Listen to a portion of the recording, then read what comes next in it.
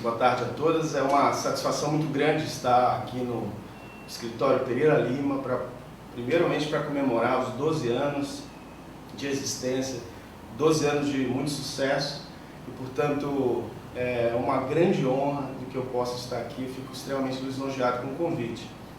Eu gostaria de cumprimentar o Dr. Pereira Lima, que me fez esse convite, fico muito agradecido. Da mesma maneira, gostaria de cumprimentar também aqui o Dr. Fernando. Lindas palavras, muito obrigado. Eu fico extremamente lisonjeado mesmo. E ao meu presidente, Dr. Sandro, uma honra muito grande de poder compor um bate-papo e poder ter sua presença no dia de hoje. Quando me foi dado esse tema, de início, na realidade foi perguntado se eu poderia participar, claro, com o maior prazer, e eu gostaria de falar sobre compliance. Porque eu imagino que muitos dos colegas advogados que estão assistindo a essa reprodução, talvez desconheçam o tema porque é um tema novo e ao mesmo tempo têm interesse sobre o tema. Portanto, falar sobre ele é falar não só sobre o presente, as novidades que nós temos, mas também falando sobre o futuro. Acredito muito piamente que o futuro da advocacia vai passar por temas novos, dentre os quais o compliance, sem dúvida alguma, é um dos principais temas a serem discutidos. Portanto, é sobre esse tema que nós vamos discutir hoje, compliance nas empresas. E, obviamente, a primeira grande pergunta que nós colocaríamos é o que é o compliance, né? Muitas pessoas diziam, mas o que é isso? Você vai falar sobre compliance? O que é isso? Não, é compliance. É um termo de origem inglesa, termo que vem dos Estados Unidos, que significa estar em conformidade, to comply with, estar em conformidade com, cumprir as regras. E, portanto, é um termo que nasce no contexto dos Estados Unidos, em especial a partir da década de 70, e que se preocupava especificamente de que as empresas precisariam adotar uma política de cumprimento de regras internas dentro da própria empresa, a fim de evitar fraudes e corrupções.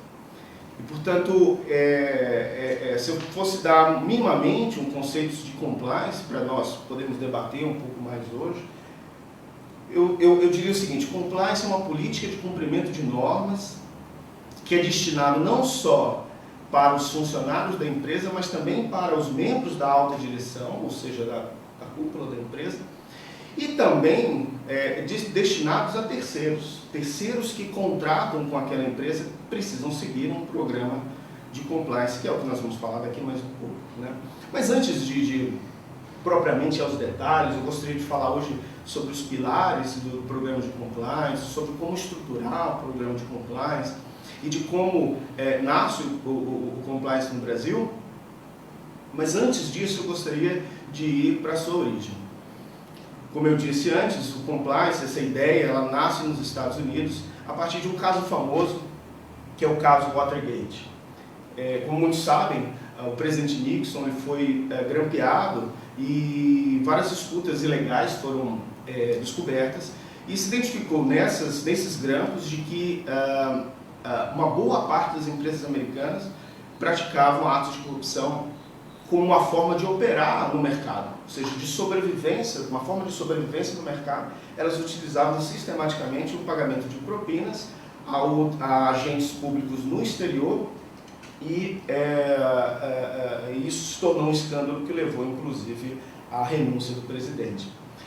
Só para vocês terem uma ideia, foram mais de 300 milhões, segundo se estima, mais de 300 milhões de dólares pagos em propinas, e isso envolve mais de 400 empresas, o que significa de que era um verdadeiro escândalo na época e que permitiu que em 1977 fosse criada uma lei que é a chamada FCPA, ou Foreign Corrupt Practices Act, que é uma lei que deu base depois para a nossa lei anticorrupção, e que estruturou, que tentou corrigir essas adversidades lá surgidas, né? Essa lei, ela serve, até hoje é uma lei vigente, ela serve para todos aqueles que cometeram, aliás, todos aqueles que possuem contratos nos Estados Unidos ou de que os Estados Unidos possuem contratos no exterior, né? Eles precisam se adequar a essa legislação, que é uma legislação que estabelece de que as empresas elas estão absurdamente proibidas de cometerem atos de corrupção, senão vão ser severamente punidas pela legislação americana. E o mais interessante, que as empresas brasileiras, por exemplo, que mantêm contratos ou que têm capital investido na Bolsa Americana, elas também se submetem a essa lei, inclusive hoje.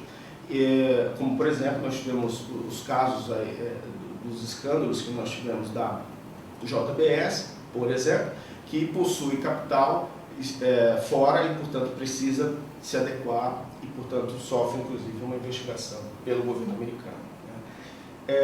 E, pela primeira vez, essa lei traz a necessidade, a exigência de um programa de compliance, um programa de cumprimento interno de normas que deve ser seguido pela empresa.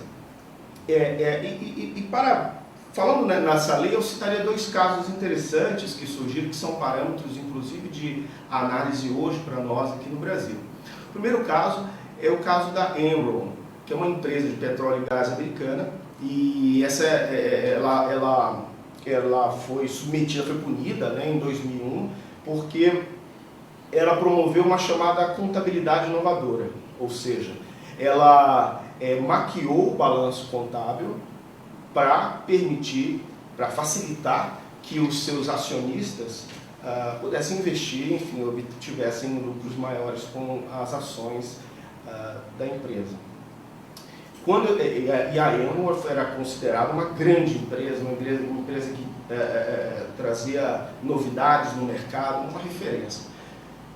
Quando se descobriram que, na verdade, essa maquiação era absolutamente falsa, houve uma queda grande das ações da empresa, e a empresa foi severamente punida pelo governo americano, e as suas ações, só para vocês terem uma ideia, elas saíram de $80 cada ação para 30 centavos de dólar cada ação, praticamente levando a empresa à sua falência, né? Isso levou à criação de uma lei, a chamada Lei Sarbanes-Oxley, ou Lei SOX, que é um parâmetro para a contabilidade, para se preservar uma contabilidade confiante, a fim de instruir bem os acionistas.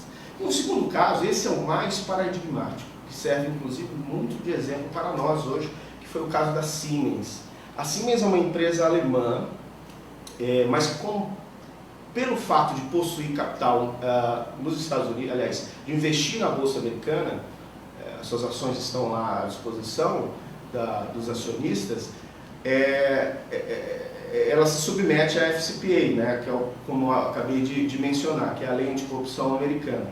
E no caso da Siemens, nós tivemos um caso bastante interessante, porque ela utilizava como estratégia de negócio no mercado o pagamento de propina para agentes no exterior.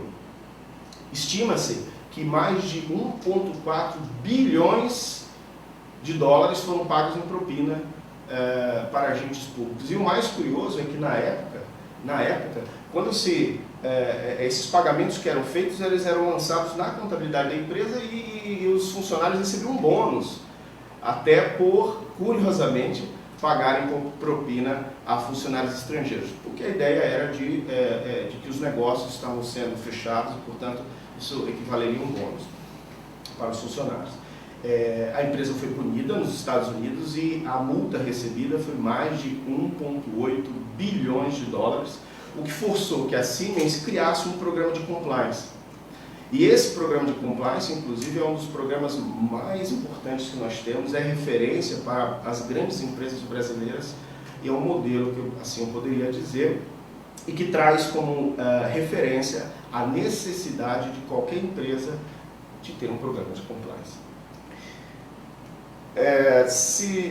Não sei se vocês Então, vão começar, vão ver aí, né, vai aparecer para vocês um mapa que é o índice de percepção da corrupção no mundo, né? Nós vamos ter, só para esclarecer, esse é um mapa de calor, então os mais vermelhos são aqueles que estão mais comprometidos em atos de corrupção. Há uma percepção da população de que aquele país é um país corrupto, enquanto que os mais amarelos não. Então, portanto, nós temos a Dinamarca como se fosse o país que há uma percepção de menos corrupção, enquanto nós temos os países, especialmente os da África e da Ásia, um grande índice de corrupção. O Brasil, como é possível perceber, ele de 0 a 100, ele tem a pontuação, isso em 2015, número 38. Né? O que significa que ele tem um índice de percepção muito grande. Melhorou em 2014, foi para 42, mas eu chamaria a atenção para um gráfico de 2008 que demonstra que o Brasil sai de 2014 com a pontuação obtida e vai para o número 35, ou seja, de 0 a 100 há uma percepção maior da corrupção no Brasil. Obviamente que, claro, em função de tudo isso que nós estamos vivenciando há alguns anos, e nós, no nosso ranking de todos os países do mundo, nós estamos numa posição extremamente grave, em 105º país que é considerado, que em população acredita de que as autoridades e as empresas e as pessoas não cometem corrupção. Infelizmente, são índices alarmantes. E por que eu trago esses índices? Por que eu falo tudo disso? Porque falar de compliance num cenário como esse é chamar a atenção de que nós precisamos ter efetivamente políticas para tentar diminuir esses índices que aí se apresentam, né? Portanto, o compliance ele vai servir como uma estratégia para diminuição ou de modificação desse cenário que se apresenta. Quais são, então, os princípios do compliance? Então, nós vamos começar a falar dele agora, né? O compliance se estrutura em um tripé, que é de prevenir, detectar e, ao mesmo tempo, responder atos que possam ser cometidos na empresa que levem a fraudes ou atos de corrupção, né? É preciso dizer de que um programa de compliance, a ideia do compliance não é de só prevenir a corrupção. Vou falar mais disso um pouco mais adiante. Mas é de prevenir fraudes. Então, por exemplo, um funcionário que comete determinado ato ilícito, que frauda, por exemplo, a contabilidade da empresa, como que a empresa vai agir apenas demitindo? Nós vamos perceber daqui mais adiante de que a nova lei anticorrupção diz de que isso é pouco e que a empresa pode ser responsabilizada. Por isso que é muito importante prevenir que esses atos aconteçam. Eu vou falar mais disso, né? Mas é importante prevenir que os atos de fraude cometidos pelos funcionários possam surgir. Então, o programa de compliance, ele se estrutura em cima da prevenção, de criar mecanismos, políticas, normas, regras, treinamento, para que os funcionários não incidam nesses erros, nessas falhas. O segundo pilar é a de detecção, porque, obviamente, dentro de uma corporação, uma fraude pode ser que seja ocultada durante muitos e muitos anos. Então, como nós vamos detectar? Existem instrumentos de pesquisa, de análise, que um programa de compliance executa, ele realiza para poder se detectar eventuais falhas de procedimento ou falhas de políticas de integridade dentro de uma empresa. E, por fim, quando descoberto, o que fazer, né? Vamos falar da lei anticorrupção e quais são as punições que ela coloca, mas como responder isso internamente e externamente para órgãos que são órgãos de fiscalização, inclusive envolvendo polícia e Ministério Público, etc. Prevenir, detectar e responder. Mas alguém pode se perguntar, né? Mas espera lá. Alguém que esteja assistindo, de repente, pode dizer, mas a minha empresa não é corrupta. Minha empresa não pratica atos ilícitos. Eu acredito nisso. Né? Acredito de que boa parte dos empresários brasileiros, como boa parte da população brasileira, está premida pelo princípio da boa-fé. Mas eu faço algumas perguntas. A primeira delas é, e os funcionários? Será que não existe uma empresa de 200, 300, 400 funcionários? Será que não existe um risco de que a empresa possa cometer um ato de corrupção? Uma fraude interna que lese a própria a organização da empresa? E se algum membro da alta administração, agindo em nome da empresa, cometer algum ato?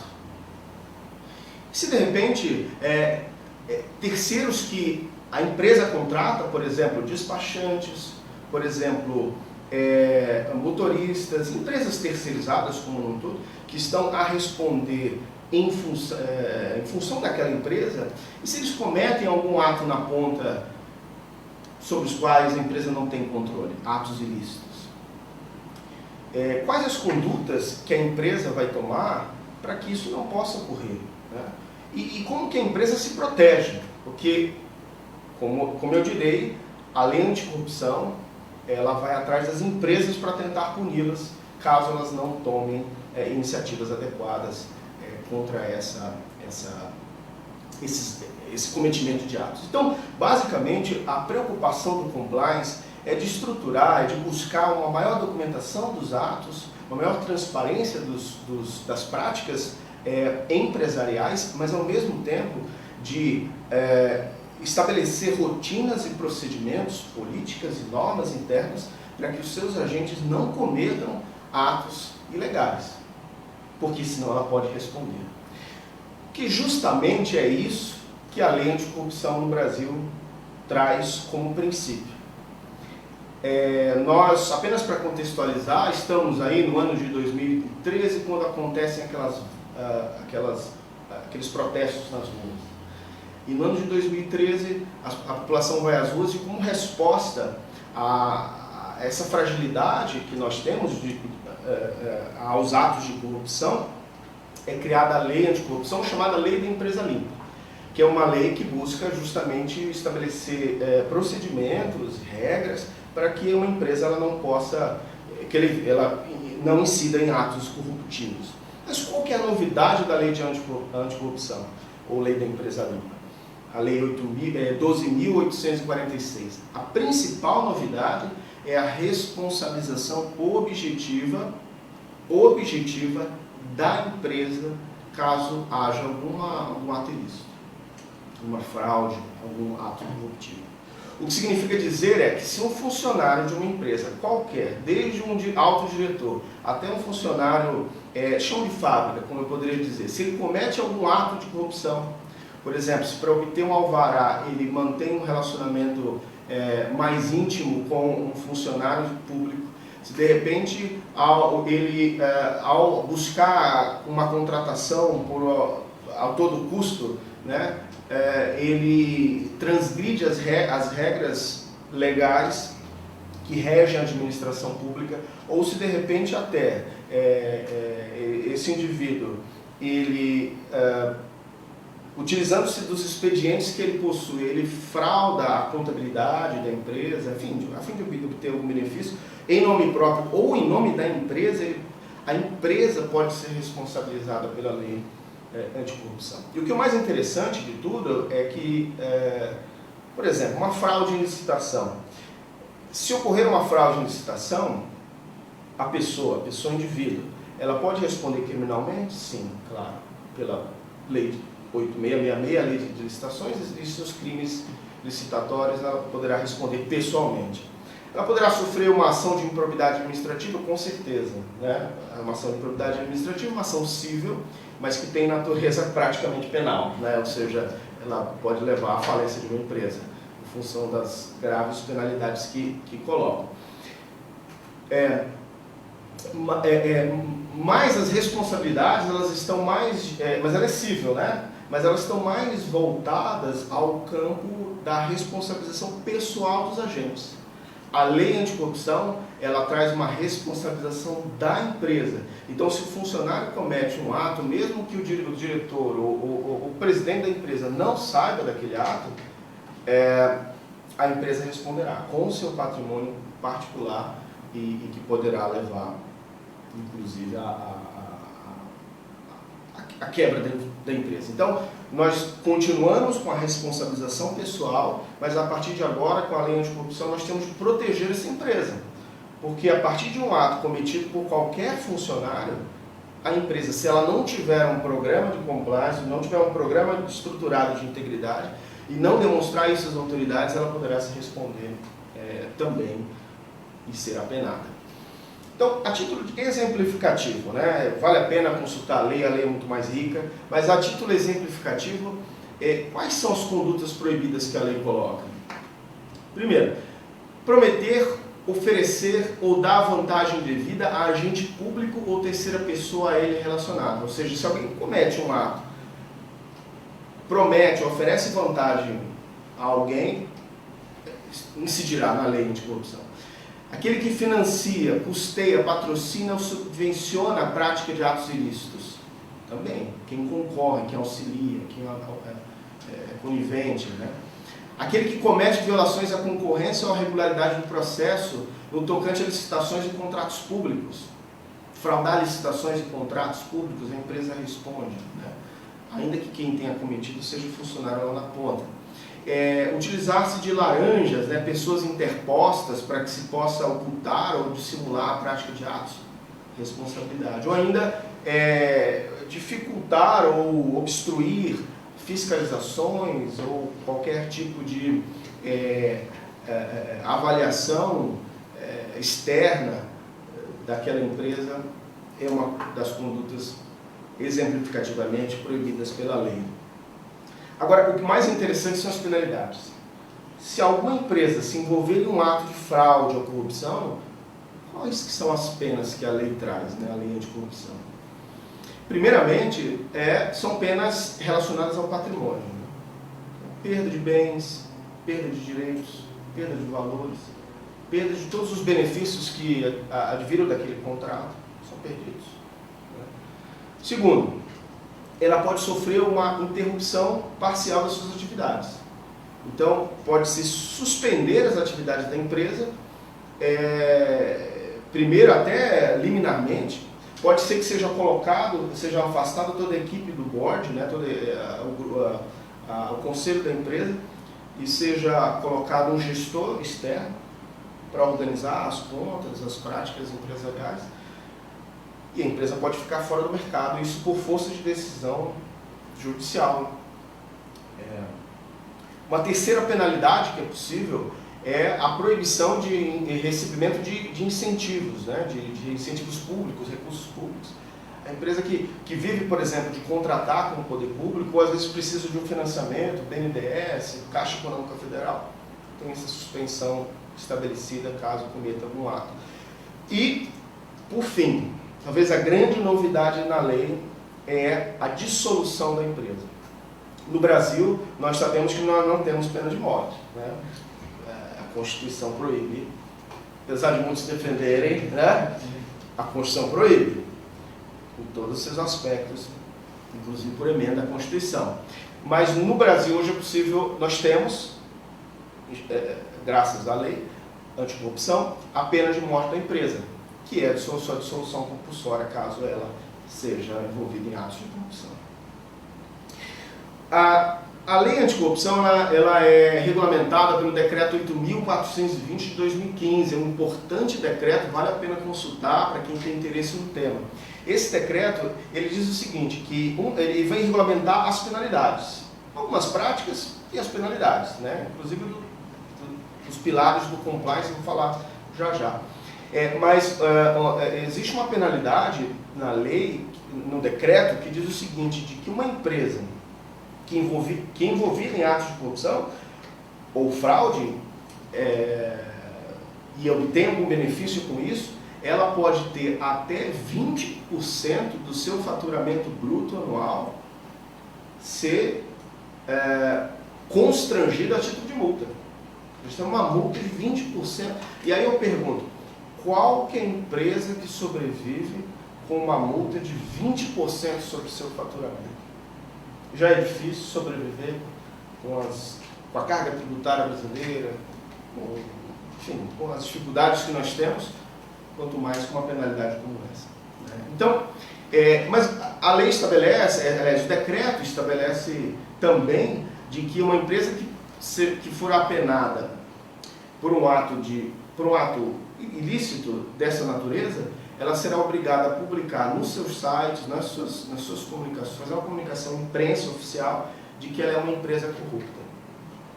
No sentido de que ela recebeu uma punição e está cumprindo aquela pena. Ou seja, isso significa uma morte, vamos dizer,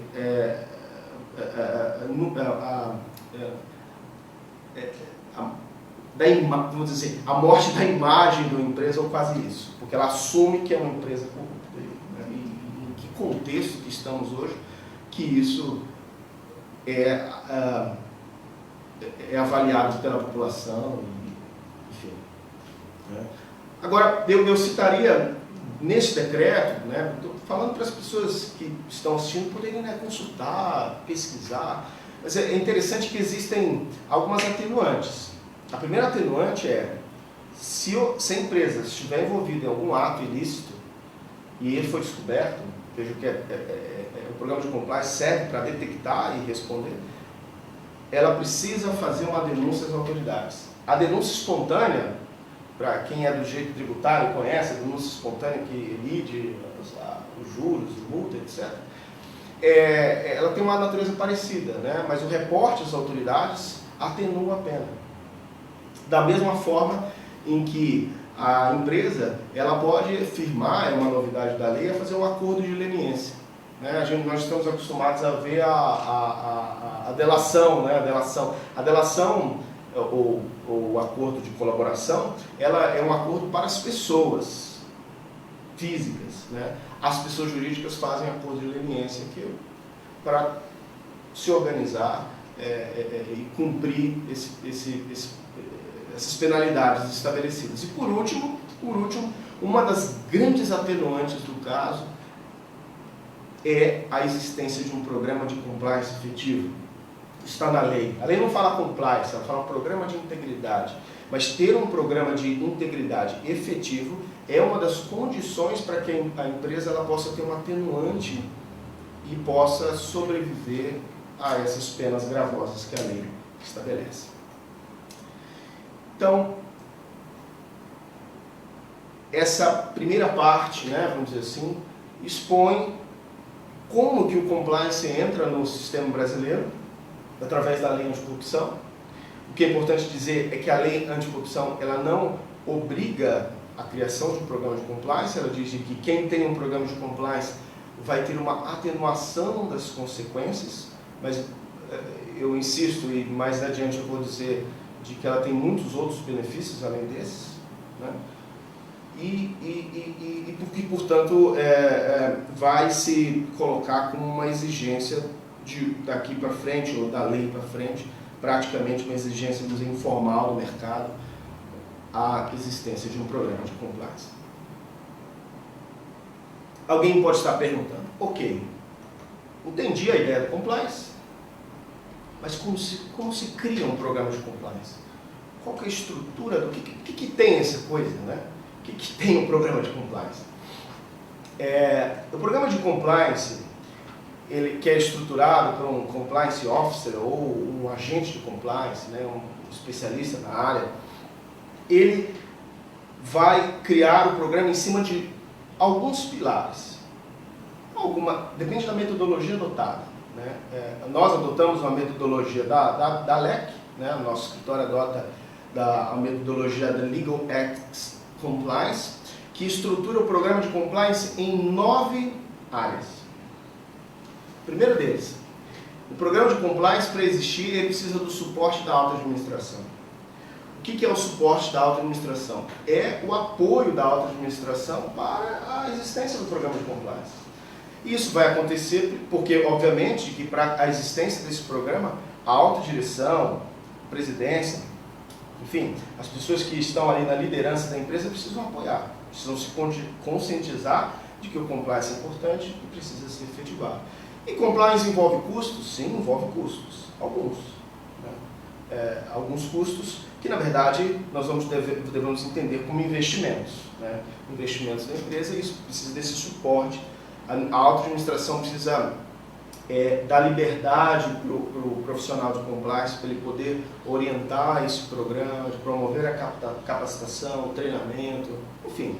Ela vai dar esse ok, né, para que haja a efetiva implementação do programa. Segundo, que é a parte mais importante do programa de compliance, que é a chamada análise de riscos, ou Risk Assessment. É a parte mais importante do programa. Por quê? Porque toda empresa tem riscos. Toda empresa tem, além dos riscos empresariais, ou seja, de sobreviver no mercado, né, que é difícil, a competição e tal, existem os riscos que a empresa ela tem pela atividade que ela tem, pela localização onde ela está e, de repente, o grau de relacionamento que ela tem com outras empresas ou com outras pessoas. Por exemplo, uma empresa que tem uma filial em um país da África ou daqui da América do Sul, que de repente tem um alto índice de corrupção, ela está exposta a um determinado risco. Uma empresa que lida com contratações públicas, ela tem um risco grande. Ela precisa se conscientizar de que ela é fronteiriça, né, a qualquer tipo de sedução que possa vir desse contexto. Uma empresa que, por exemplo, lida com a obtenção de alvarás, a obtenção de firmas, ISOs, e que exige qualquer tipo de participação do poder público, ela está exposta a determinado risco. Alguém pode dizer assim, mas uma empresa fabrica parafuso e vende parafuso interno, uma empresa regional, ela está exposta a riscos? Está. Não, pode não ser um risco externo, desses que eu estou falando, porque ela não contrata com o poder público, mas existem riscos internos. Né? De que jeito que é feita a gestão dos funcionários? Existe risco de que algum funcionário pode alterar, por exemplo, uma planilha de pagamento de salário? Ou seja, riscos internos existem. Né? Por isso que alguns vêm até subdividindo os programas de compliance tributário, compliance trabalhista, porque realmente, dependendo dos riscos que uma empresa sofre, E na análise de risco, isso é feito uma análise de risco, ela é feita através de entrevistas, através do conhecimento de uma empresa, do que ela faz, qual que é o seu ramo de atuação, onde ela está, com quais as pessoas ela se relacionam, né? Porque, por exemplo, é uma empresa que se relaciona, por exemplo, com partidos políticos, financia partidos políticos, hoje não é possível mais, né? Mas que financiou no passado partidos políticos, para concorrer às eleições, e quais os riscos que isso pode advir, né?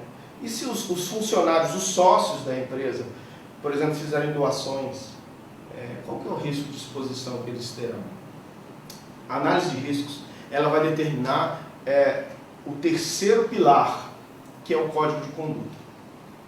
O código de conduta, alguém que já possa ter lido, pesquisado sobre compliance, pode imaginar que o compliance é a criação de um código de conduta. Não.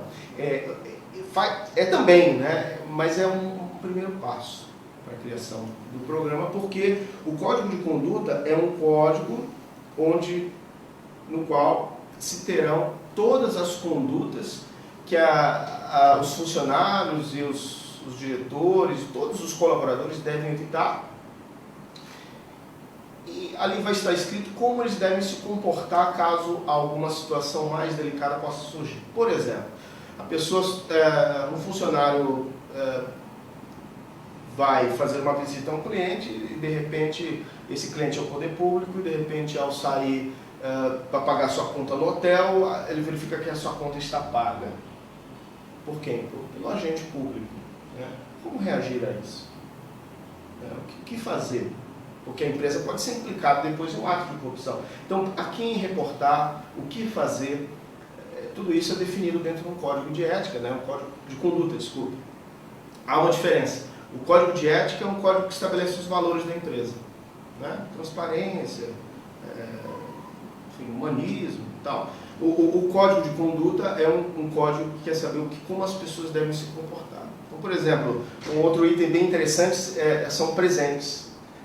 E se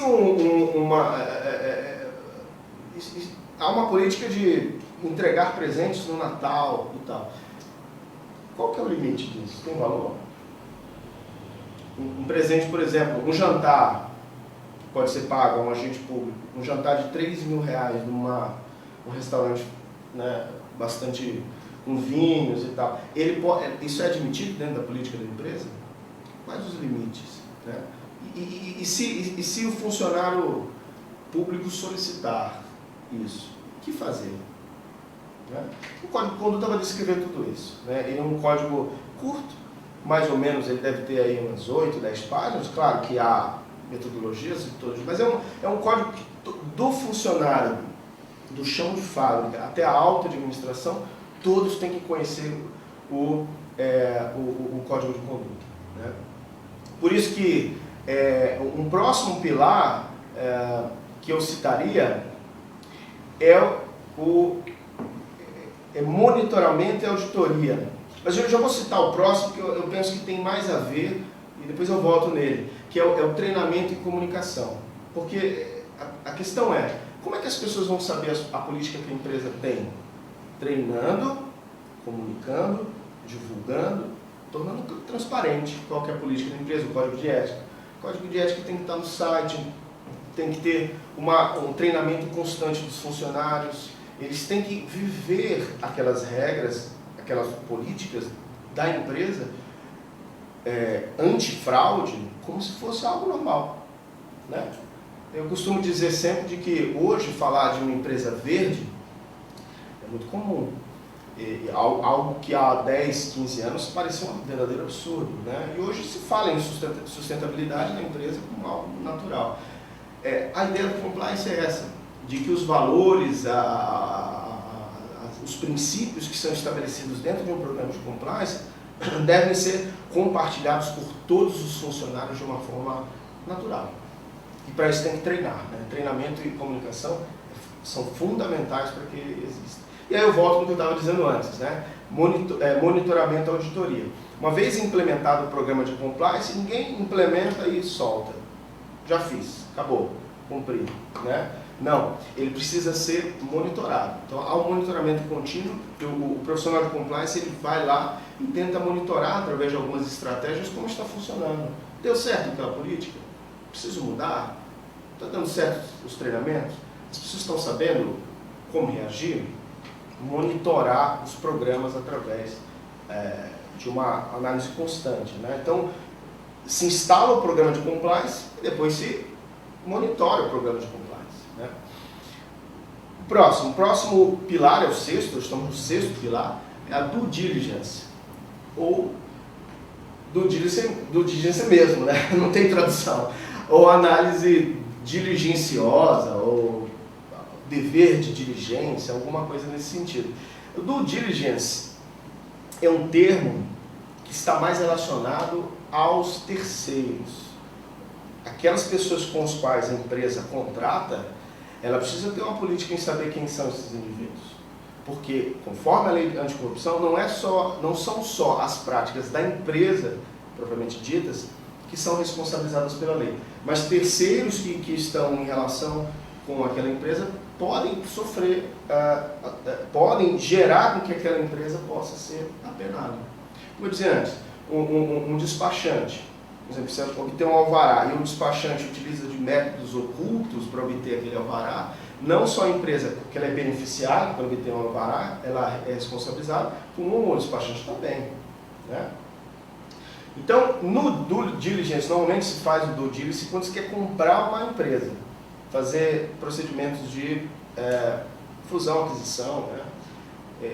Então vai se fazer uma due diligence para saber quem que é, como é que é aquela empresa, que débitos que ela tem e tal. Mas o due diligence dentro do programa de compliance vai se buscar uma análise dos sócios. Quem são os sócios? da empresa? Qual o tipo de relacionamento que eles têm? Né? E quem são os fornecedores daquela empresa, os terceirizados daquela empresa? E uma análise do seguinte tipo: ela tem relação com partidos políticos? Já financiou partidos políticos no passado? Ela apoia algum tipo de programa? Já esteve envolvida, programa político? Já esteve envolvida em algum ato de corrupção passado? Ela tem algum tipo de relacionamento com o governo? Né? Tudo isso é um procedimento de due diligence. Sétimo, reporte e canal de denúncia. O reporte e canal de denúncia significa de que, e se ocorrer um ato ilícito, o que fazer? As pessoas vão ocultar? Não, obviamente elas precisam ter um canal de divulgação, né? Um canal de difusão disso. E aí, todo o programa de compliance tem como se fosse uma ouvidoria interna, com muitas aspas, mas que ajudará a fazer a averiguação dos fatos e, enfim, vai ouvir o que aconteceu. O oitavo pilar são as investigações internas. Um programa de compliance precisa ter um procedimento de investigação. Então, por exemplo, se um funcionário X ou Y praticou um ato, o que fazer? Qual que é o procedimento? Né? Ampla defesa? Vai ouvir? Vai fazer uma entrevista? Vai estar com o advogado? Como vai ser esse procedimento? Né? E no final, o que se vai fazer com isso? Ele vai ser punido? Vai ser demitido? Não é só demitir, mas se é um bom funcionário que de repente num ato, né, numa necessidade, ele comete um deslize que alguém pode estar sujeito, vai se demitir e perder essa boa pessoa perante a administração? Não, mas de repente o ato que ele praticou foi até inconsciente, né? E aí ele vai precisar de um treinamento, por exemplo. Mas isso pode chegar até a punição e, de repente, até, se a situação for muito grave, o reporte às autoridades públicas, que, como eu dizia antes, o reporte às autoridades públicas, ela demonstra a boa-fé da empresa e pode até eliminar a responsabilidade da empresa, caso isso venha a acontecer. Né? E, por último, o controle interno. Né? De nada adianta isso se os controles internos, as políticas internas não estiverem bem amarradas, bem estruturadas. Né? Então, ter um canal de denúncia fácil, de fácil acesso, isso ser efetivo, isso funcionar, existirem pessoas dentro da organização, é comum de que seja criado um comitê de ética, né? Esse é um nome tradicional que se dá a alguns funcionários que vão ser responsáveis por apurar esses fatos. Ou seja, é preciso que se demonstre que a empresa tem controles internos para evitar esses atos ilegais. 9 pilares de estruturação de um programa de compliance e que vão permitir que ele se torne um programa de compliance efetivo, que é o que diz a lei. A lei diz que aquela empresa que tem um programa de compliance efetivo, ela terá se ela efetivamente tiver envolvimento, ela terá uma redução de penalidade, ou até ela pode se isentar, caso ela não tenha absolutamente nada a ver com o ato praticado pelo funcionário. Né?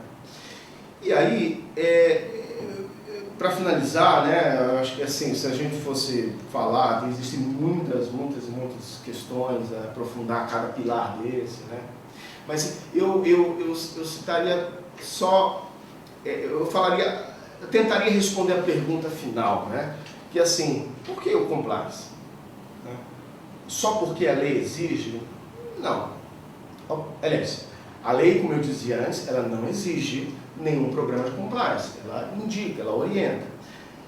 Mas é preciso dizer de que atualmente nós temos várias leis estaduais, em princípio, que exigem sim que para contratar com o poder público em determinados valores, a empresa precisa demonstrar que ela tem um programa de compliance. Então isso já está no edital de licitações, de que a empresa precisa demonstrar que tem um programa de compliance. Por exemplo, o Rio de Janeiro já tem essa lei, por exemplo, o Distrito Federal já tem essa lei, o Amazonas já tem essa lei, o Rio Grande do Sul já tem essa lei, e muito recente, essa semana, Goiás criou essa lei, estabelecendo a obrigação de demonstração de um programa de compliance para contratar com o poder público em determinadas faixas de valor. Então, o que demonstra de que existe um movimento, né, de exigir-se os programas de compliance, que vejo eu, no meu modo muito singelo de ver, que é o futuro desta área do direito público, a existência de programas de compliance em empresas. Mas eu citaria outras vantagens, né? Uma grande vantagem de existir um programa de compliance em uma empresa é que ela busca preservar os recursos internos. Existe uma estimativa, um estudo, que uma boa porcentagem de recursos internos são perdidos porque a empresa não possui mecanismos de controle internos seguros. Então isso faz com que até a lucratividade de uma empresa possa ser colocada em risco, né? Isso significa, ao mesmo tempo, de que um programa de compliance vai fortalecer a contabilidade da empresa, porque, afinal de contas, isso vai fomentar a transparência, a respeitabilidade, a ética no posicionamento da empresa perante o seu público, o seu mercado. E se é uma empresa, por exemplo, que tem um capital aberto, isso tem uma mudança completa, porque ações estão baseadas em lucratividade e confiança. A confiança no programa de compliance vai demandar vai expor esse tipo de respeito, né? Um outro elemento que eu citaria de valoroso para o programa de compliance é a harmonia entre os funcionários. Isso é curioso, porque os funcionários eles vão agir de uma determinada maneira com base naquele código de conduta e daqueles princípios, portanto vão ter uma sinergia. Claro que as empresas vão ter suas dificuldades sempre, os seus funcionários também, enfim, mas existe uma orientação de valores que a empresa estabelece e que interiorizam para o funcionário, né? Isso é experienciado já. Eu citaria um outro elemento que é muito importante, esse para mim é um dos mais importantes, que é a imagem do mercado, a imagem da empresa no mercado, né? Hoje em dia, uma empresa que se coloca como uma empresa limpa, ela ganha respeitabilidade no mercado, né? E eu volto à discussão que eu dizia antes. É a mesma ideia de que há alguns anos nós tínhamos as empresas verdes, que falam, poxa, a empresa ela se preocupa com o meio ambiente. Hoje a nova preocupação, especialmente em países que têm essas dificuldades que nós temos, é de a empresa ser limpa, porque ela, no sentido de que ela se preocupa, corrige, detecta e busca punir atos internos de fraudes, né? O que em longo prazo acaba fazendo com que a empresa ela possa até se proteger de eventual falência ou de dissolução dos sócios, brigas internas, porque não existiam políticas muito claras de estabelecendo as regras que a empresa deve seguir, né? Não por último, né, eu citaria de que a existência de um programa de compliance diminui os atritos com os órgãos externos de fiscalização. Polícia Civil, Polícia Federal, Ministério Público, de todos os níveis, Tribunal de Contas, o CAD, né? O CAD, aqueles que contratam com o poder público, sindicâncias administrativas, processos judiciais, cíveis, ou seja, tudo aquilo que torna a vida de uma empresa insuportável. O programa de compliance auxilia aqui, se evite com a detecção e prevenção de que isso possa acontecer.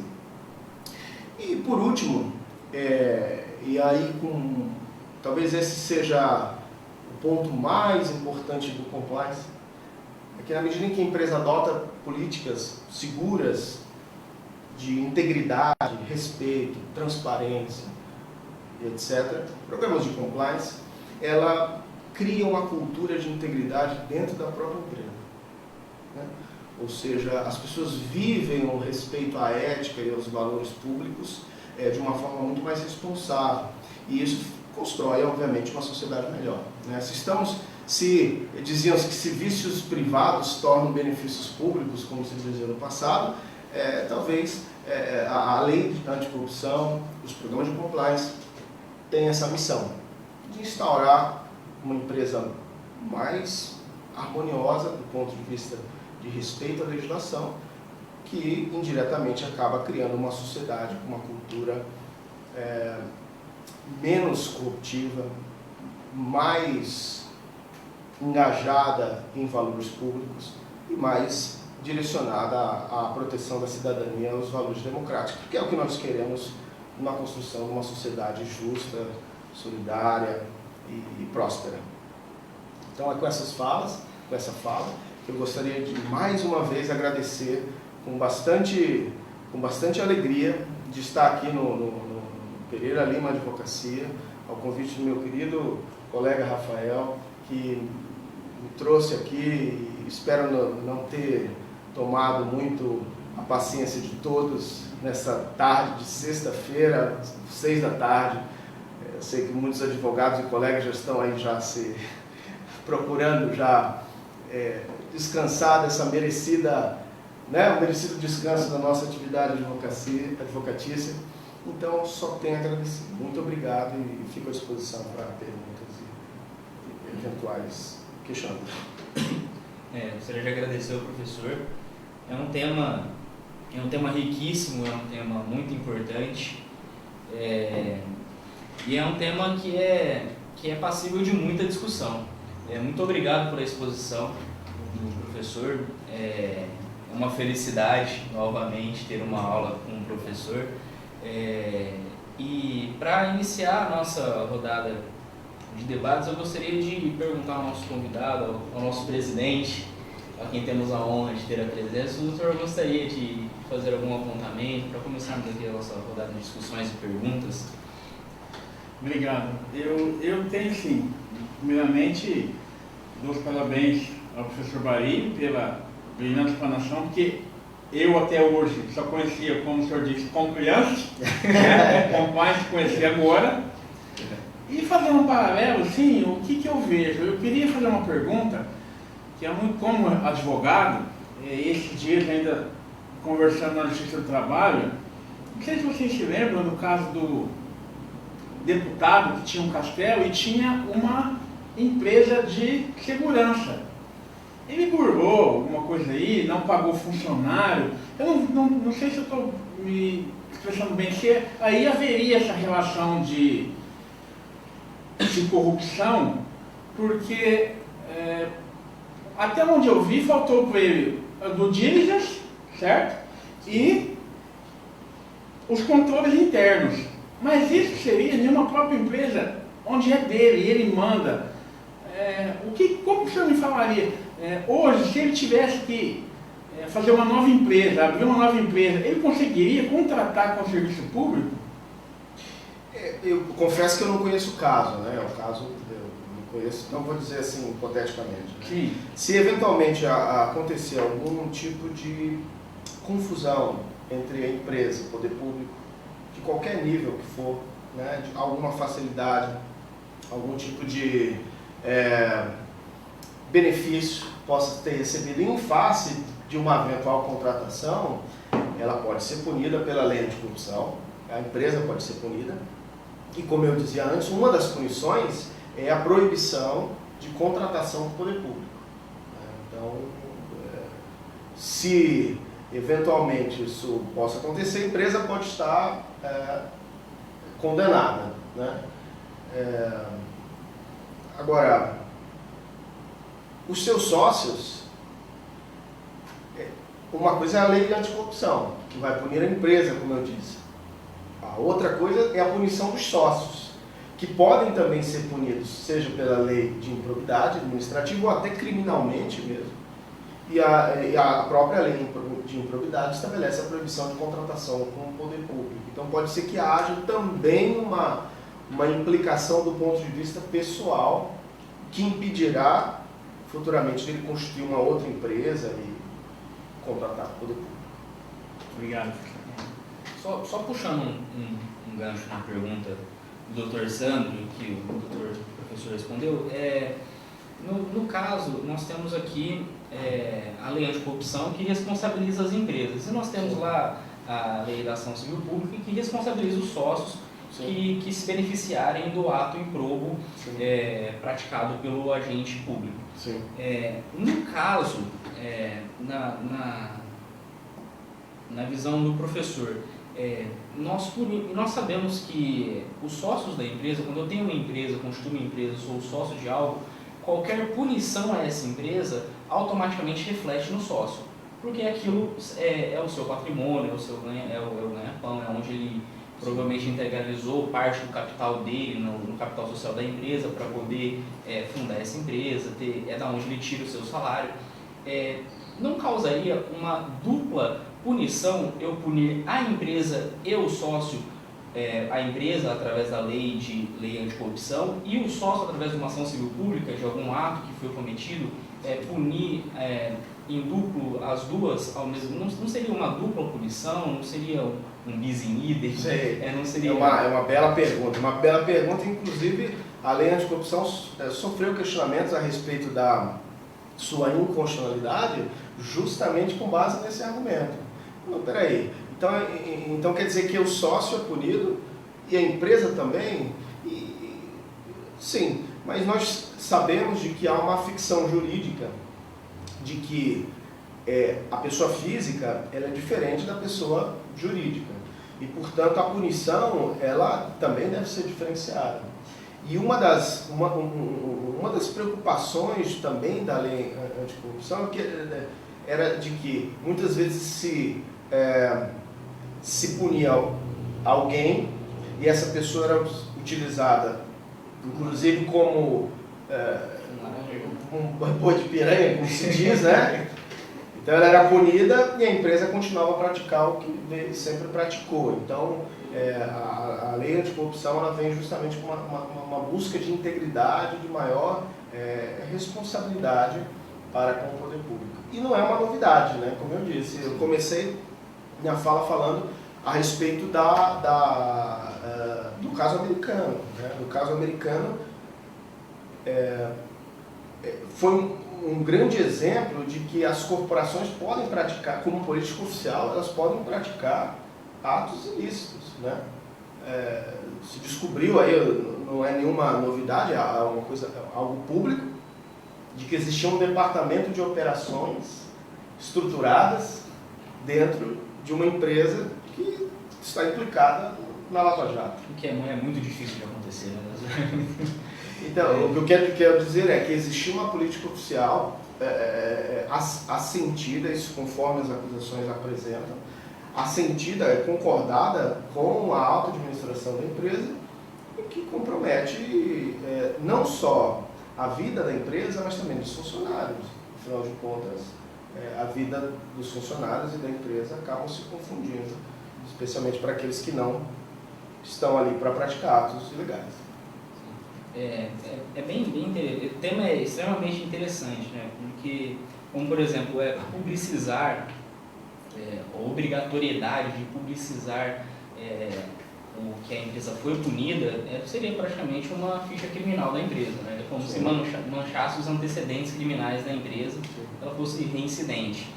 E o professor, na sua aula, o professor disse que a empresa que, de acordo com a lei anticorrupção, a empresa que comprova, a empresa que possui o programa de compliance, ela pode ser atenuada ou até isenta da punição. No caso, como que se comprova isso? Esse programa, o programa de compliance em si, inteiro, ele tem que ser disponibilizado em algum canal? Sim. Ele tem que ser protocolado em algum canal? Ele tem que ser público, por exemplo, no site da empresa? A empresa tem que tornar isso público, ou ela tem que protocolar isso e ter esse registro perante ao órgão competente?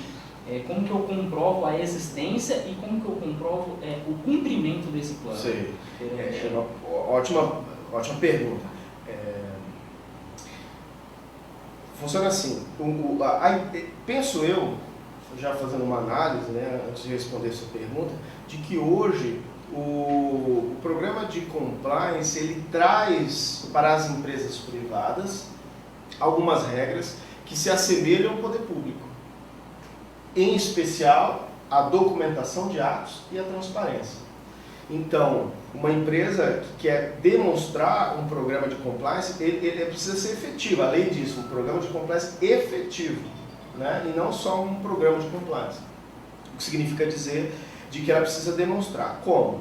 Através de documentos oficiais, ela precisa ter uma política oficial, precisa ter um código de ética, isso precisa estar no site da empresa. Ela precisa ter se for uma empresa grande, por exemplo, ela precisa ter um oficial de compliance dentro da empresa. Se for uma empresa menor, uma empresa pequeno porte, ela precisa ter uma contratação de um agente de compliance fora.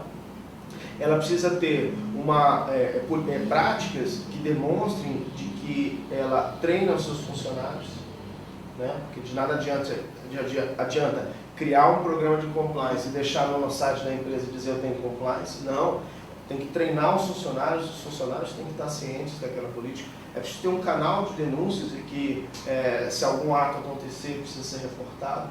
E, obviamente, o primeiro pilar de um programa de compliance, como eu dizia antes, era o suporte da auto-administração. Então, esse contato entre o oficial de compliance e a auto-administração, ele tem que ser documentado. Olha, vou fazer o treinamento tal dia, olha, está aqui, comunica a todos os funcionários. Olha, amanhã nós vamos fazer uma análise de riscos, por exemplo, eu preciso fazer entrevista com fulano, Beltrano, Ciclano. Então, essa demonstração de um programa vai em direção a essa busca que é de que o programa de compliance seja efetivo. E efetivo é documentado. Só fazer uma adenda a essa pergunta, que eu acredito que também você estava querendo saber, mas esses treinamentos, todos esses processos, eles têm que ser públicos, a empresa tem que dar publicidade só internamente ou externamente. Por exemplo, um concorrente, ele pode ter acesso aos treinamentos que foram dados sobre compliance dentro da empresa. O cliente, ele pode ter acesso a isso ao site ou não? Essa suposta transparência é interna ou a gente tem que expor essa transparência? Todos podem ter acesso a esses dados? Sim. As políticas, elas são públicas. Públicas no sentido de que se uma empresa que de repente, ou o poder público exigir a apresentação de determinada política, a empresa tem que apresentar. Certo? Quando eu falo política, não é só o código de ética, código de conduta. Pode ser, por exemplo, uma política para a contratação com terceiros. Então, se o terceiro, agora que for fazer um contrato da minha empresa com terceiros, eu vou exigir que ele, por exemplo, não cometa determinados atos e assina um contrato. Isso é uma política. Pode-se ter uma política, por exemplo, de presentes e benefícios. Uma política. Política, quando eu falo, às vezes pode ser uma normativa interna, né?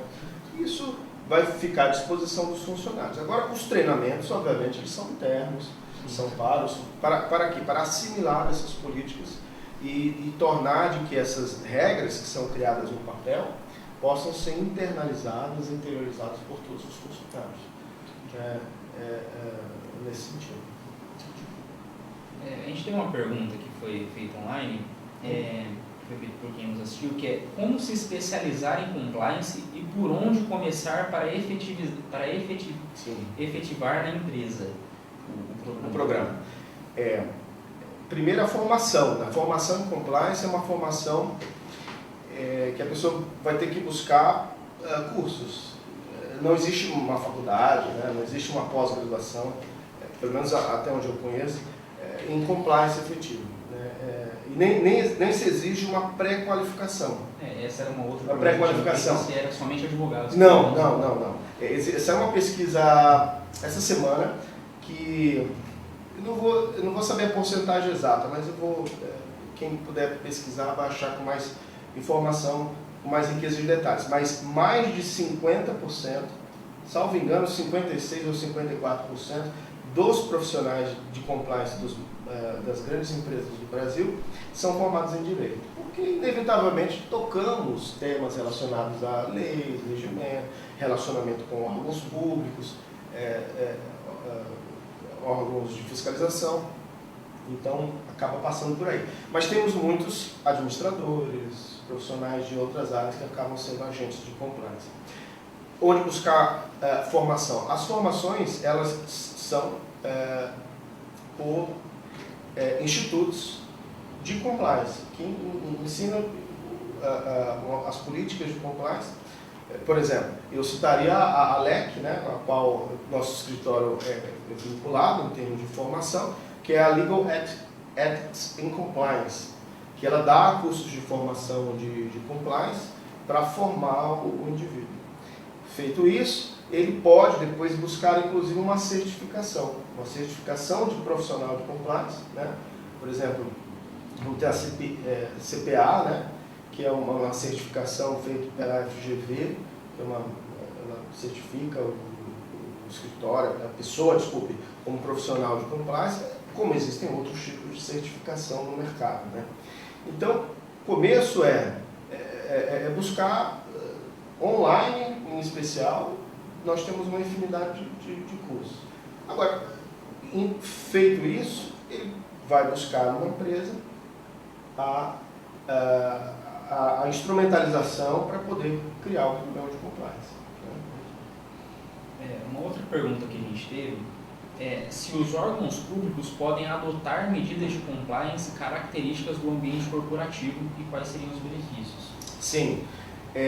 Na realidade, a Controladoria Geral da União, ela já editou um documento que é uma espécie de manual de compliance para o setor público, que talvez seja a nova discussão do setor público, é de criar instrumentos de compliance voltados ao setor público, e obviamente são diferentes da empresa, tem exigências legais mais rígidas. Então, assim, isso já existe hoje. Então, o colega, a pessoa que fez a pergunta, poderia procurar no site da Controladoria Geral da União, existe um manual que vai de orientação, e lá inclusive existem outros manuais, vamos dizer assim, que são complementares, que dizem como implementar um programa de compliance no município, como implementar um programa de compliance no setor público, né, autarquias, etc. E tudo isso nós já temos. É diferente, porque aí, muito provavelmente, vamos precisar da existência de uma lei. Muito provavelmente não, com absoluta certeza. Né? Nós vamos precisar de uma lei que estabeleça, como essas leis que eu citei antes, né? A lei de Goiás, a lei do Rio de Janeiro, são leis que estruturam o programa de compliance interno. Municípios podem criar, estados podem criar, enfim. Uma infinidade de possibilidades. O Dr. Rafael gostaria de... Eu acho assim, bem interessante mesmo, assim, o tema ainda mais no contexto social que a gente tem enfrentado nesses anos, né? Sim. E como o professor falou também, acaba sendo uma exigência informal do mercado, né? Então, o mercado, ele cada vez mais vai exigir que as empresas assim, elas busquem essa integridade, né? E atitudes como essa, que se estabeleça essa cultura. O que eu acho interessante também é esse movimento do poder público, né? Então, assim, como o professor falou, alguns estados aí já estipularam a obrigatoriedade, e é bem provável que isso se estenda, né?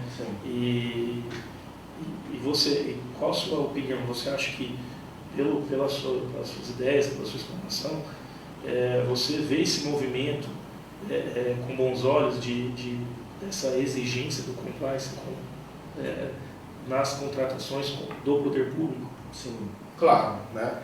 Primeiro que todos nós queremos uma sociedade melhor, mais justa e que o poder público se paute por regras claras e definidas, né? Não que elas não existam, a gente sabe que existe o Código Penal, existe uma série, mas isso ainda é insuficiente. Então, não é à toa que o que nós vivenciamos hoje no Brasil é uma demonstração disso, né? Nós ansiamos por empresas justas, ansiamos por um poder público justo, por agentes públicos justos que eu falo, probos, né? E, portanto, eu penso que esse é um caminho sem volta. Então, se nós voltarmos um pouco na discussão das 10 medidas anticorrupção, por exemplo, iniciativas do Ministério da Justiça que buscam justamente buscar uma maior punição para agentes que cometem atos ilegais, demonstra que a sociedade está caminhando para essa exigência, e que o poder público também. Acho muito difícil qualquer assunto que discuta. Por exemplo, vejo que o direito administrativo hoje, inclusive nas faculdades, deve ser rediscutido. Porque, afinal de contas, nós não vamos só estudar as estruturas organizacionais e algumas leis aqui e acolá. Devemos embutir também no elemento esse conjunto de valores que são valores mundiais, porque existem legislações mundo afora que estabelecem essas exigências. Chegou a nossa vez. Infelizmente, chegou a nossa vez a duras penas, porque chegamos, mas se diz que não é pelo amor, é pela dor, que seja pela dor. Essa cultura é importantíssima para nós. Sim. Enquanto sociedade. E assim, um outro ponto que eu achei bem interessante é esse comparativo que o professor fez com relação às empresas verdes. Sim. Então, assim, eu me sentiria como cliente muito feliz em adquirir um produto de uma empresa que tenha sistema de compliance. Porque eu sei que ela ali está lutando internamente por uma nova cultura, né, pela sua integridade, e que ali ela está punindo os atos de corrupção e tudo mais. Né? Ela não está isenta da corrupção, mas ela está combatendo internamente, demonstrando ferramentas. Então, eu acho que as empresas que adotarem esse novo sistema, com certeza elas serão uma empresa que tem um novo produto, ela vai se diferenciar dos seus concorrentes. Então, o sistema de compliance veio e, com certeza, ele veio para ficar. Né? Deixa eu só fazer uma adenda. Isso é muito importante, porque hoje nós vivemos uma sociedade que busca um consumo de qualidade. Sim, né? sim. E que ele quer necessariamente saber da origem das empresas com as quais ele contrata. Busca-se, ninguém quer mais um produto que valha só do ponto de vista de preço, mas ele tem que ter um valor agregado em cima dele. E essas empresas carregam consigo esse valor, né? E, inclusive, nós, na nossa atividade de oficial de compliance, nós colocamos em contratos cláusulas anticorrupção. Né? Então, por exemplo, se uma empresa vai fazer uma contratação com um terceiro, ele coloca lá. A gente coloca lá, que diz, olha, o contratado se compromete a não praticar, se acontecer determinados atos. Porque, veja bem, como eu disse, a lei anticorrupção e os regulamentos que estabelecem essas proibições, elas não vão incidir só sobre a empresa, né? Mas em relação também aos terceirizados. Então, se, por exemplo, o terceirizado adquire um produto ou mantém um relacionamento espúrio com um servidor público, por exemplo, e de repente, por exemplo, ele obtém um alvará com uma facilidade e tal, a empresa que é beneficiada, né, ela responde também. Então, essas cláusulas não vão dizer que elimina, porque a gente sabe que o papel não elimina a vida, mas o papel pode orientar que a vida seja diferente. Sim, é muito importante a gente ver que isso tem um reflexo imenso. Por exemplo, empresas que são envolvidas em grandes corrupções, como, por exemplo, a gente tem um caso extremamente recente da Odebrecht, que acabou de pedir a recuperação judicial dela, a maior recuperação judicial da história do Brasil, e que provavelmente deve ter sido abalada as suas finanças, tendo em vista o grande número de escândalos de corrupção que ficou envolvida. Então, a política de compliance ela serve para inibir isso e para garantir que a empresa fique certificada, né? Como o doutor falou, fique certificada de que é uma empresa que colabora, uma empresa que anseia colaborar com a evolução da sociedade. Eu vejo o compliance como uma evolução da sociedade. Sim. uma mudança de valores, né? Se nós pegarmos o exemplo da Siemens, que eu havia comentado no começo, a Siemens foi punida de 1,6 bilhões de dólares, né? Que foram 1,8 bilhões de dólares, que foi a multa. E vejam só, como ela foi obrigada a criar programas efetivos, o custo que ela teve foi muito maior. O custo de corrigir os atos foi muito maior do que o benefício que ela obteve. E que, inclusive, é um exemplo, né? A Siemens foi um exemplo, porque hoje a Siemens tem um dos melhores programas de compliance do mundo, né? Porque sofreu na pele as duras consequências, né? O Brasil parece que está enfrentando esse dilema e está se ajustando. Tá. Eu recebi uma pergunta aqui no meu celular, através de uma mensagem, me lembrando de um caso que ocorreu num supermercado, numa rede grande, bem grande, aqui do Brasil, do qual um funcionário, ele bateu num cachorro, né? Assim, pegou uma vassoura, enfim, um instrumento, e começou a agredir esse cachorro, e foi fotografado, filmado, e foi colocado nas redes sociais, né?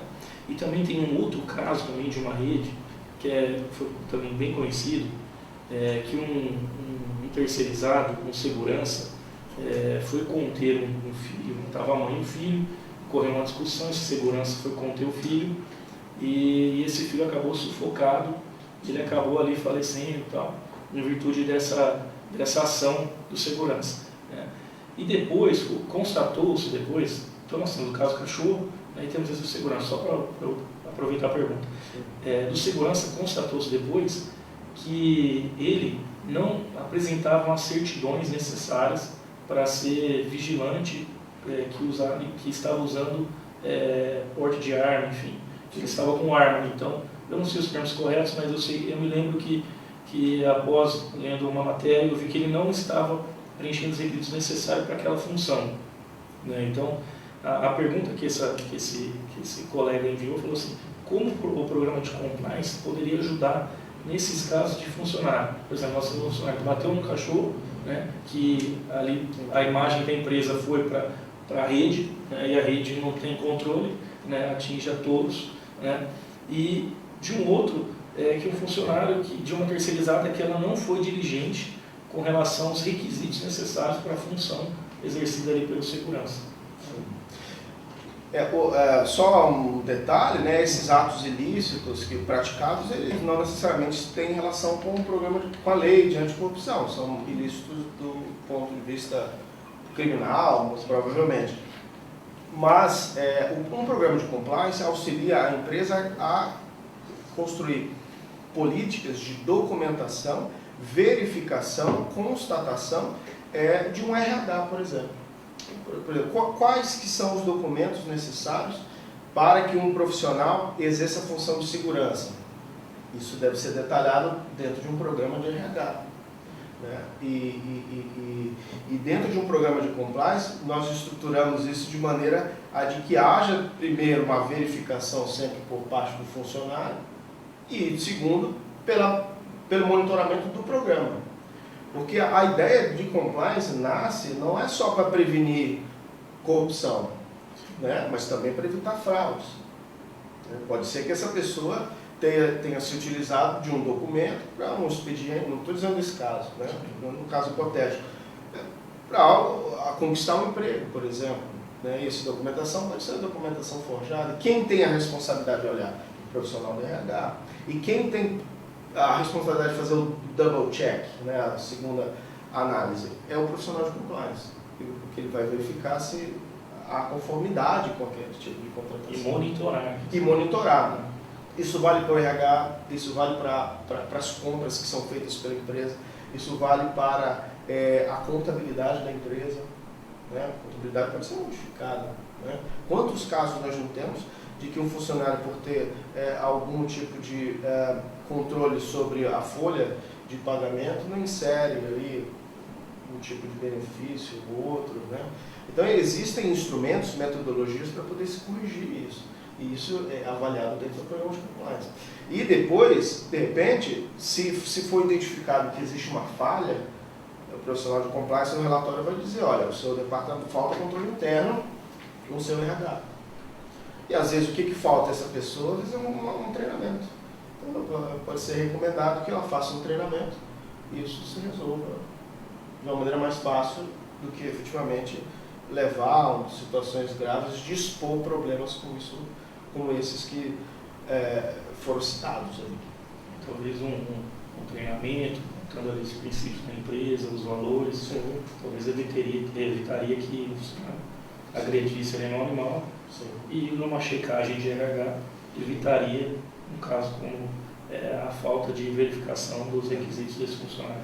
Porque se nós analisarmos os funcionários da empresa, qualquer, desde o grande até o chão de fábrica, nós vamos ter aqueles que sempre cumprem a lei, são corretos, honestos.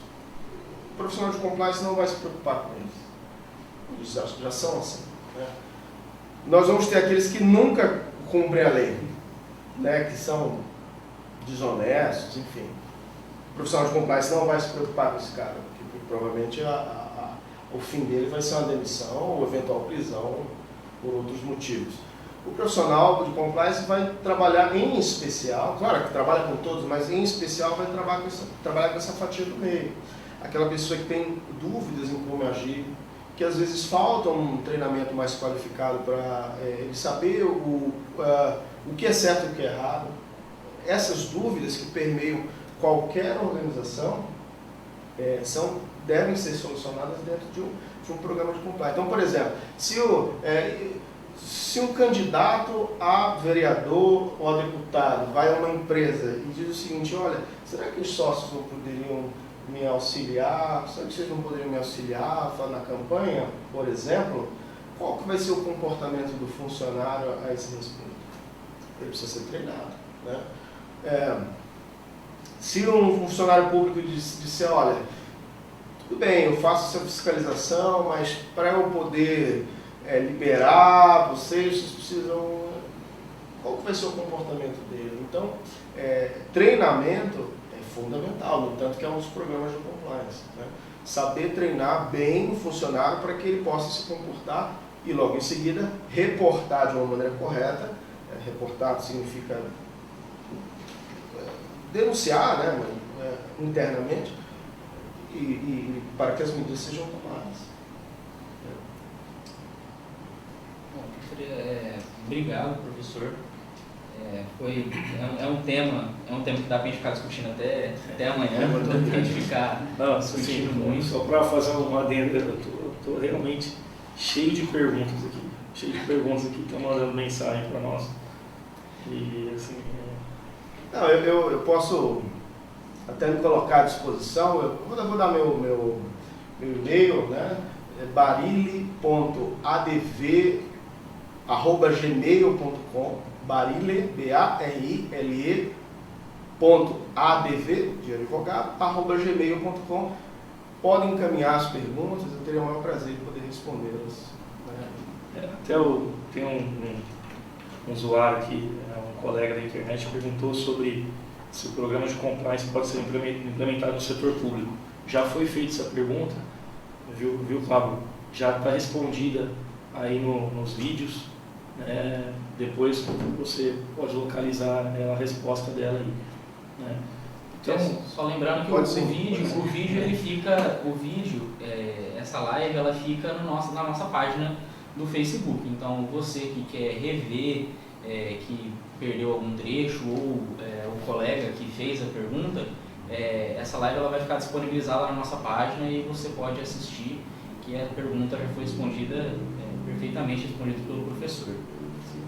E eu quero fazer um convite também aos colegas para curtir a nossa página também, Barile Barros Advogados, né? Eu sou sócio do escritório Barile Barros Advogados. Lá também nós sempre temos informações sobre compliance, sobre programas de integridade. e outras cositas más, né? Sempre tem informação Sempre tem uma boa coisinha lá, extra. sempre tem. A gente agradece muito, é uma felicidade, como eu disse, uma felicidade imensa ter uma aula novamente com o professor Daniel. O tema ele é riquíssimo, é um tema extremamente interessante, é um tema que, por exemplo, passou-se 1h30 que a gente nem viu, de discussões e é extremamente rico. Agradecer muito a presença do nosso presidente, é uma honra tê-lo aqui, uma honra mesmo, doutor Sandro, muito obrigado pela sua presença, a gente fica muito feliz com a presença, porque a gente sabe que o senhor é o presidente aí da subseção, é super corrido, além disso tem o seu escritório e retirou esse tempo para vir aqui nos prestigiar e contribuir com a sua presença. Muito obrigado mesmo. Eu gostaria de passar a palavra ao Dr. Rafael para fazer os encerramentos. Doutor, se me dá Claro. só um gancho, por favor. Inclusive peço desculpa por Não, não ter. imagina, que isso. Eu até quero falar porque gostei muito da palestra e como já tinha até combinado em outra vez com o Dr. Barilli também, nós estamos até na nova negociação de uma nova data, não é verdade, doutor? Para que essa palestra seja dada na Casa do Advogado também. Tá? É um prazer. Logo a gente vai ter essa palestra lá na OAB para todos os advogados e vai ser uma honra recebê-lo também, viu, doutor? Eu agradeço. Obrigado pela aula. Agradeço. E gostaria de parabenizar, né, em especial a OAB por apoiar os advogados que tomam iniciativas como essa, iniciativas inovadoras, né, de permitir que outros advogados também compartilhem as experiências uns nos escritórios dos outros. Eu vejo que a advocacia precisa disso. A advocacia precisa entender de que a parceria é extremamente importante. Não só a parceria negocial, mas a parceria também de conhecimento, a divulgação de ideias, informações. E a OAB estando presente aqui na sua figura, na sua pessoa, muito nos engrandece a nossa classe. E, portanto, eu só tenho a agradecer de coração. A OAB agradece. Muito obrigado. Só um minutinho que eu estou sem voz. Bom, eu queria agradecer muito a presença do professor Daniel, dizer que realmente o tema é muito interessante. Assim, essa nova cultura, eu acredito que é o que todos nós esperamos, né? Assim, é um anseio da sociedade, essa mudança de paradigma, de cultura, né? É isso que nós queremos. E assim, eu acho que nós devemos valorizar empresas que investam nesse sistema de compliance, né? Isso nós podemos, a única maneira que nós podemos mudar esse cenário, essa cultura, é valorizando o que é correto, é valorizando o que é efetivo. E nós fazemos isso com as nossas atitudes, valorizando empresas que investam em sistemas como esse, né? E eu também queria agradecer também ao professor Sandro, ao Dr. Sandro, dizer que é uma honra o doutor estar aqui, o presidente, meu presidente também, né? Votei nele com o maior prazer, né? E digo que é um grande parceiro, né?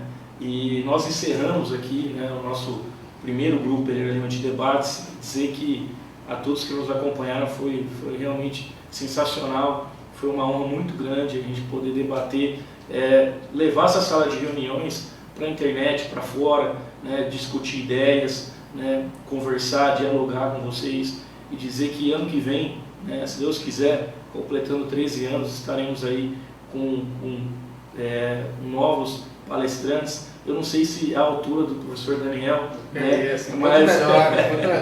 mas assim, teremos aí novos colegas conversando e fazer um diálogo constante, né, um diálogo que o advogado e você, cliente, possa estar recebendo aí na sua casa, no seu trabalho ou em qualquer lugar aí, né. E assim como o professor Daniel falou aí para vocês curtirem a página dele, que eu ressalto esse pedido e eu reitero ele, também possam curtir a nossa página, né? Qualquer dúvida, mandar mensagem para nós e estabelecer esse diálogo. Estamos aí abertos para o diálogo e dizer que quando tivermos novos temas interessantes, traremos também para o debate, faremos uma live e colocaremos à disposição de vocês para que a gente sempre possa fomentar o conhecimento, né? A ideia do debate, do Pereira Lima Debate, é fomentar o conhecimento, nós discutirmos, crescermos, evoluirmos como profissional, como pessoa e como seres humanos, né? Levar o que tem de mais interessante, o que tem mais de ponta para nossos clientes, né? Para a nossa cidade também. Por isso trouxemos aí palestrantes de fora, né? Palestrantes aí, bem renomados, né? Para que a gente possa realmente estabelecer essa cultura do diálogo com aquilo que está mais evidente e relevante no momento. Então eu agradeço muito, né, por todas essas visualizações, né? A gente fica surpreso cada dia mais, cada dia que passa, na hora que nós olhamos lá para a internet, o pessoal vem falar comigo, Rafael, ó, teve tantas visualizações lá, a gente fica muito feliz, porque a ideia é realmente levar isso adiante, né? Então muito obrigado e até o ano que vem, até a próxima. Um grande abraço.